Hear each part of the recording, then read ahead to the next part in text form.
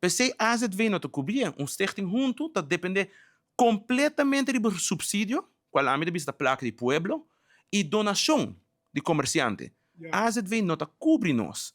Como e zolang que nós não reconhecer a adicção como problema de saúde, qual está dentro DSM-5 de psiquiatria acaba, nós não também solucionar. So, babu, mas você compreender algo muito importante, babu.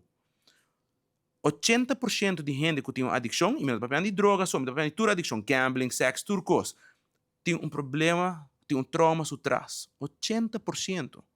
Ora, você é como problema de adicção, então verdovingsmiddel está para o trauma que tem por trás. Como e PC junta bisa nós não trabalhamos para lei, nós não trabalhamos para mester, nós também combina adicção e saúde mental para um DAC.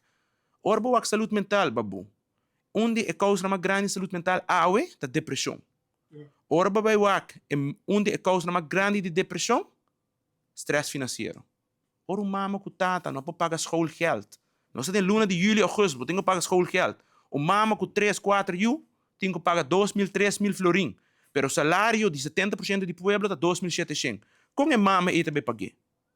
Ora, mama não pode pagar, não pode pôr comida na mesa, porque com ligeira vai over na álcool, droga, so é mestre algo para baixo stress.